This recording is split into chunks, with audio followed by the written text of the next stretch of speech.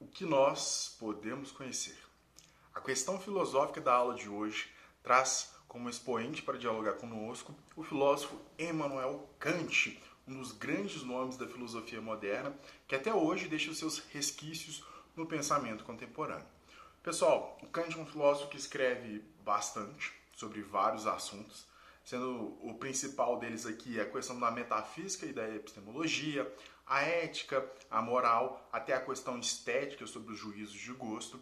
Aqui no nosso minicurso, como a gente se propõe uma abordagem mais introdutória, nós vamos fazer 3 videoaulas, para que elas não fiquem muito cansativas. Então a primeira a gente vai falar sobretudo da Crítica da Razão Pura, que é a obra na qual o Kant pergunta pelos limites da possibilidade do entendimento, ou seja, o que nós podemos conhecer. Depois vamos falar sobre a Crítica da Razão Prática, na qual ele pergunta como devemos agir. E por fim, a Crítica do Juízo, na qual ele pergunta o que nós podemos esperar. Então, de antemão, vamos conhecer um pouquinho do Kant. Ele nasce ali em 1724 e falece no ano de 1894. É o filósofo iluminista que ganhará um grande reconhecimento na modernidade. O pensador, a partir da influência do seu professor Christian Wolff, defendeu por vários anos uma abordagem da filosofia que era tida como racionalismo, muito parecida ali com o que o Leibniz alegava. Vocês não lembram do Leibniz? Tem vídeo aula aqui dele, corre lá para assistir que é bem interessante também. Mas após o seu contato com David Hume, o Kant ele vai alegar que despertou do seu sono dogmático, ou seja, aquilo que para ele era uma verdade, aquilo que ele defendia no seu pensamento se mostrou o quê? Não suficiente. Se mostrou algo que merece o quê? Ser criticado. Crítica, né, significa, se a gente olhar lá na origem do termo, colocar sob crise. Então, o pensamento kantiano entra sob crise e ele vai ter que pensar o quê? Um novo modelo de pensamento para tentar sustentar ali as suas perspectivas. Então, o Kant, pessoal, em sua nova busca, ele vai fazer o que muitos consideram ser uma revolução copernicana. O Copérnico, pessoal, ele é o primeiro ali que conseguiu comprovar, não sei se é o melhor termo aqui, mas trouxe os melhores indícios de que a gente vivia num sistema solar e não que a Terra era o centro do universo. Imagina a mudança de perspectiva que isso trouxe para aquele tempo, ali no início da modernidade. O pessoal vai relegar para o Kant essa mesma proporção de influência ao defender certas teorias, que é o seu pensamento criticista. Nós vamos compreender por quê. Porque se antes as discussões eram fechadas ali entre os empiristas, que defendiam que o conhecimento só vem da experiência, e os racionalistas, que defendiam que o conhecimento era inato e somente a razão humana poderia conhecer a verdade, com Kant, essa questão tomará um novo rumo. A questão chave aqui para o filósofo, a questão chave para o Kant vai ser: a metafísica pode se tornar ciência? Há, nesse período, então, um longo avanço aqui das ciências naturais. Vamos pensar aqui no Newton. Então, a física ela ganha uma autonomia gigantesca se ela nasce da sua relação com a filosofia. A primeira obra do Newton, Princípios da Filosofia Natural. Com Kant, pensando nessas questões, olha, a física estava muito vinculada com a gente, mas virou um outro campo do conhecimento que nos dá uma certeza. Ninguém debate se o Newton está certo ou está errado, ele consegue comprovar a teoria. Mas no caso da filosofia, sobretudo a metafísica, que é a base de sustentação do discurso para as questões como Deus, a imortalidade da alma, a liberdade, a gente consegue fazer com que essa metafísica se torne ciência? Essa é a grande questão-chave aqui da nossa aula de hoje.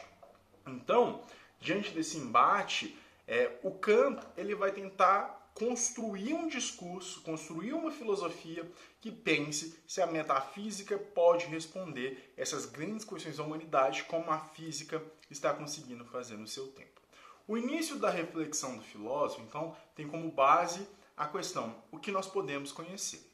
Para responder esse problema, ele não visa um novo sistema metafísico, mas entender o problema pela raiz. Isso significa perguntar para a própria razão quais são os limites da sua faculdade. Kant relega o fracasso da metafísica até então à sua alternativa dogmática frente aos problemas colocados. O que significa o dogma? Aquela verdade absoluta, aquela verdade que não aceita crítica.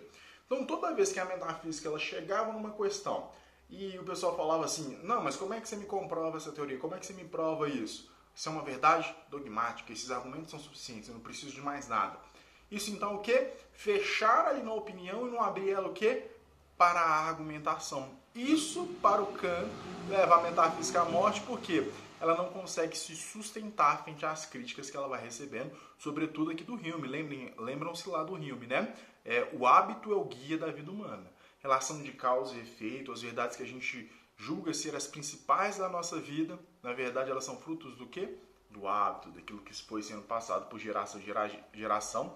São verdades contingentes. Então, se a metafísica ela foi colocada com base no dogma, o Kant pretende passar um pente fino nela. Mas e aí, metafísica? Será que você dá conta de se tornar ciência? O início da reflexão kantiana, agora já vamos ao pensamento dele. O pensamento do Kant ele é bem tem um encadeamento bem legal. Então a gente tem que compreender parte por parte para chegar à conclusão que ele está chegando, tá bom? Então aqui embaixo está o resuminho disso tudo que eu estou falando com vocês. Leiam. Não é fácil, acho que o Kant é um dos filósofos mais difíceis aqui da filosofia, da história do pensamento, mas é interessantíssimo. Então, o início da reflexão do Kant ele vai tomar o sujeito transcendental como base do conhecimento. O que significa? O sujeito que tem a condição para a experiência, que tem a possibilidade ali de conhecer, ele é a base para a gente pensar essa questão. Quando eu digo sujeito transcendental, então, eu penso nesse sujeito que conhece o mundo e ele é a base para me pensar a questão, eu tenho que perceber que o termo transcendental ganha um outro sentido, um outro significado quando o Kant está utilizando ele. Se a gente observar bem, antes esse termo tinha uma nova roupagem na filosofia. Se a gente pegar ali os antecessores do Kant, até a questão da escolástica, o termo transcendental tinha um significado de que é aquilo que um objeto é. Então o objeto ele é transcendental. Quando eu compreendo o objeto transcendental, eu estou compreendendo aquilo que o objeto é. Mas para o Kant, eu não devo partir desse objeto para compreender. A base do sujeito transcendental, que é a própria razão, que deve ser examinada para ver aquilo que ela conhece. Então, se antes a palavra significava o conhecimento de um objeto, na nova abordagem que o Kant propõe, o conceito ele visa o quê? O que torna possível que nós conheçamos? Ou seja, qual a possibilidade do conhecimento? O que é o sujeito transcendental que conhece, tá certo? Então, partindo dessa premissa do sujeito transcendental, a análise desse sujeito que conhece, o Kant ele vai pensar então o que torna esse conhecimento possível. A resposta se inicia com a ideia de que nós conhecemos a partir de duas faculdades, sendo elas a sensibilidade, que é a experiência. Como é que eu sei se essa bonequinha aqui, estou na casa da minha mãe, se ela é firme ou se ela é macia? Tocando.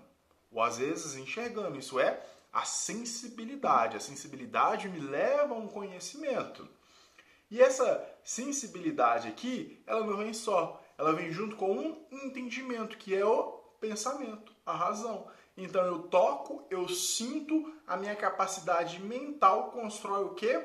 Um conceito sobre um determinado objeto. Olha que interessante a teoria sobre como nós conhecemos. E aqui ele está indo no mesmo caminho de outros pensadores que nós já estudamos aqui.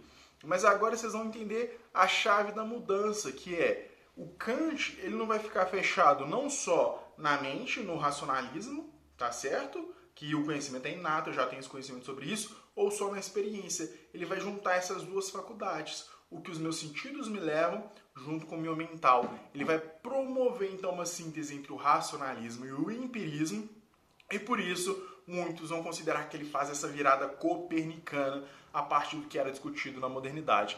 Lembram-se lá do nascimento da modernidade? Pensem no Bacon, no seu conhecimento empírico do método indutivo, só os sentidos, as experiências me levam a compreender uma verdade.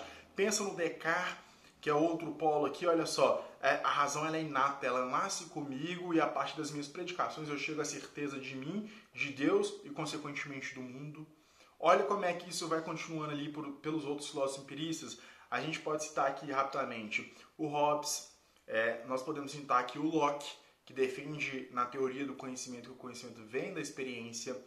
Nós podemos citar o Berkeley, nós podemos citar aqui do lado racionalista o Descartes, que é o principal, ao meu ver, que traz essa base, o Spinoza, o Leibniz, que é a grande influência aqui do Kant, O Kant, então, ele está promovendo uma síntese entre o racionalismo e o empirismo, de que o conhecimento ele vem da experiência, mas não só dela se origina, porque são possíveis os juízos mentais. Então, partindo da ideia de que dois tipos de juízos são possíveis, sendo eles o a priori, que é o quê? O puro, universal e necessário, e o a posteriori, aquele que vem da experiência particular, contingente, Kant percebe que eles podem ser divididos em duas formas de juízos, os analíticos e os sintéticos. Então vamos lá, pessoal, o que é o juízo a priori? É aquilo que antes de eu conhecer, o sujeito já se encontra no predicado. O quadrado tem 4 lados. Necessariamente todo quadrado tem que ter 4 lados, senão não é um quadrado. Agora o conhecimento a posteriori. Estou com um vasinho aqui de planta da minha mãe. Esse vaso é preto.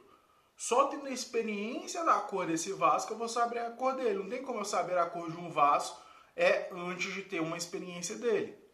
Então, o a priori é aquilo que o quê? O sujeito já está contido no predicado e vice-versa. O a posteriori eu preciso sempre da experiência para conhecer. Então, o Kant, ao fazer essa análise entre juízos a priori e juízos a posteriori, que são sempre contingentes, ele percebe que os juízos podem se dividir em duas formas, que são os analíticos e os sintéticos. Os analíticos presumem uma tautologia, isso quer dizer, o sujeito tem em si o seu predicado. Logo, ele é universal, necessário e não amplia o conhecimento sobre o que se refere. Um exemplo é alegar que o círculo é redondo. Tá vendo? O sujeito já está no seu predicado. Já o juízo sintético tem um predicado diferente do sujeito. Portanto, são sempre particulares e contingentes. Consequentemente, ampliam o conhecimento sobre o sujeito. Como exemplo, podemos pensar, uma lâmpada é vermelha. Então, está ampliando o conhecimento sobre o sujeito aqui, predicado da frase. Então, diante dessa visão entre a priori e a posteriori, o Kant ele vai perceber o quê? A partir dessa nova divisão que ele faz dos juízos analíticos e dos juízos sintéticos. Que diante da divisão inicial sobre como conhecemos, que a pergunta central aqui vai se tornar qual? Como são possíveis os juízos sintéticos a priori? Como são possíveis esses juízos que me dão uma certeza, que eu consigo compreender mentalmente, mas na experiência eles sempre se realizam? Por exemplo, se tratando da matemática, como nós sabemos que 5 mais 7 é 12, se no 5 não tem 12, se no 7 não tem 12? Como que a gente consegue ter essa certeza? Ou como que entendemos que a menor distância entre dois pontos é uma linha reta? Isso é lógico. Mas olha só, eu consigo ter um conhecimento a priori na minha mente de algo que é comprovado a posteriori. Isso vai se tornar o quê? A ciência. Distância é igual velocidade vezes tempo. Olha só, isso vai ser aplicado aqui na Terra, isso sempre se repete. Aí qual que é a chave então? Se na matemática e na lógica é possível, se na física é possível, eu consigo fazer isso com a metafísica, que é a base de uma construção argumentativa das grandes questões aqui da filosofia ocidental. Então, diante desse dilema aqui, todo o conhecimento ele nasce da experiência, mas não só dela se origina, pois são os juízos sintéticos a priori, eles são possíveis o quê? Para que a gente possa conhecer. Então, frente a essa formação inicial, o pensamento kantiano irá construir os alicerces que tornam tais juízos possíveis. Isso formará a estética transcendental, a analítica transcendental e a dialética transcendental. A estética transcendental busca responder como são possíveis os juízos sintéticos a priori na matemática. A analítica transcendental busca inferir como são possíveis os juízos sintéticos a priori na física. E, por fim, a dialética transcendental vai analisar como são possíveis os juízos sintéticos a priori na metafísica. E qual que é a diferença? Nas duas primeiras, na estética transcendental e na analítica transcendental, o Kant analisa como são possíveis. Já se tratando da dialética transcendental, o Kant ele pergunta: é possível o juízo sintético a priori de questões que não são da física nem da matemática, que é o caso da dialética, das dialéticas que eu citei anteriores? É possível eu pensar um juízo sintético a priori de algo que extrapole a matemática e a física? Qual que é a questão-chave? A metafísica pode ser ciência ou não? Ela está limitada aqui, ela está fadada ao fracasso. Então, na estética transcendental, a gente já comprovou aqui na matemática que sim, e na física que sim. Eu dei os dois exemplos para vocês. Mas agora vamos pensar na filosofia, vamos pensar na metafísica. Na estética transcendental, Kant conclui que há dois princípios a priorísticos da sensibilidade, sendo eles o espaço e o tempo. Então, por que eu tenho meus sentidos? Porque eu estou num espaço e em um tempo. Na analítica transcendental, ela alega que os juízos a priorísticos do entendimento são formados por 12 categorias. Então, por que os juízos da física que dão certos? Porque eles têm categorias, e essas categorias do pensamento, a partir de uma certa lógica, eles sempre se repetem. Eu não vou citar as 12 categorias aqui, senão a gente vai pegar muito tempo da aula, tá bom, pessoal? Então, o resultado dessa análise é que só podemos conhecer os fenômenos, porque temos a condição do espaço como um tempo para a base da nossa possibilidade de conhecimento. Dito de outra forma, nós só conhecemos mediante a sensibilidade, os sentidos e o entendimento, o pensamento. Logo, nada que ultrapasse esse limite do conhecimento pode se tornar ciência. Então, olha a análise que o Kant fez, pessoal. É um movimento difícil, mas a gente consegue. Todo conhecimento ele vem da experiência, mas nem só dela se origina, porque são possíveis os juízos analíticos. Só que o conhecimento verdadeiro ele é formado pela junção dos conhecimentos a priori, que ele vai chamar aqui o juízo sintético a priori, ou seja, um conhecimento que se dá na minha mente e sempre se repete na realidade. É a junção desses dois. Mas para que esse conhecimento seja possível, eu tenho duas condições da sensibilidade e 12 categorias. Quais são essas duas bases aqui da sensibilidade? O espaço e o tempo. Tudo que fuja ao espaço e tempo, eu não consigo conhecer. Eu tenho um limite frente a isso. O mesmo serve para as 12 categorias. Logo, o ser humano, diante das questões metafísicas, o nosso próprio aparelho mental ele não consegue o quê? Conhecer. Por quê? A sua própria faculdade é limitada. Então, olha o que o Kant está fazendo com a metafísica, que ele passou a analisar, mas para muitos aqui ele está matando a metafísica. Então, o ponto que a filosofia kantiana leva é o de que pensamentos sem conteúdo são vazios, intuições sem conteúdo são cegas. Dessa maneira, Deus, liberdade e imortalidade da alma não afetam a nossa sensibilidade, então não podem ser conhecidos, apenas pensados. A metafísica não é possível como ciência. Após análises feitas mediante a estética e a analítica transcendental, Kant passa a tratar da dialética transcendental. Nela, ele busca um incondicionado, passando para além do âmbito fenomênico. Desse modo, ele apresenta o ideal absoluto da ideia inatingível, que são as coisas em si, incognoscíveis. O que resta para esse ideal, então, será apenas a possibilidade. Então, o que resta para a metafísica e suas questões como Deus, imortalidade da alma e a liberdade? Possibilidade. Em suma, a metafísica não é possível como ciência. Os ideais inalcançáveis só são possíveis no campo da ética. E o que a gente está vendo surgir? A crítica da razão prática, que é a nossa próxima aula. Resumão, pessoal. O Kant ele vai ser influenciado ali pelo Hume e vai passar a analisar a própria razão. Será que a razão realmente ela pode conhecer tudo? A metafísica ela pode ser ciência ou não? Diante desse problemão, o Kant ele vai descobrir que são possíveis os juízos sintéticos a priori, e são esses que são os mais importantes. E ele vai observar que na matemática eu consigo juízos sintéticos a priori, que são verdadeiros, universais, validamente. Na física eu consigo isso, mas na metafísica eu não consigo. Por quê? A minha condição de conhecimento é limitada pelo espaço e tempo, e a metafísica ela pensa questões que são sobre o incondicionado, que ultrapassam essas condições, junto às 12 categorias. Então a metafísica em Kant ela surge como uma possibilidade ética. Leia um resumo, pessoal. Espero que vocês tenham gostado da aula. Dúvidas, críticas e sugestões deixem aí. O Kant ele tem um lema que é o sapere aude, que é ouse saber, e ele é interessantíssimo. Será que a metafísica pode ser ciência? Qual que é o lugar da metafísica enquanto conhecimento somente da possibilidade? Ousemos pensar, espero que tenha ficado claro. Até a próxima aula, pessoal. Valeu!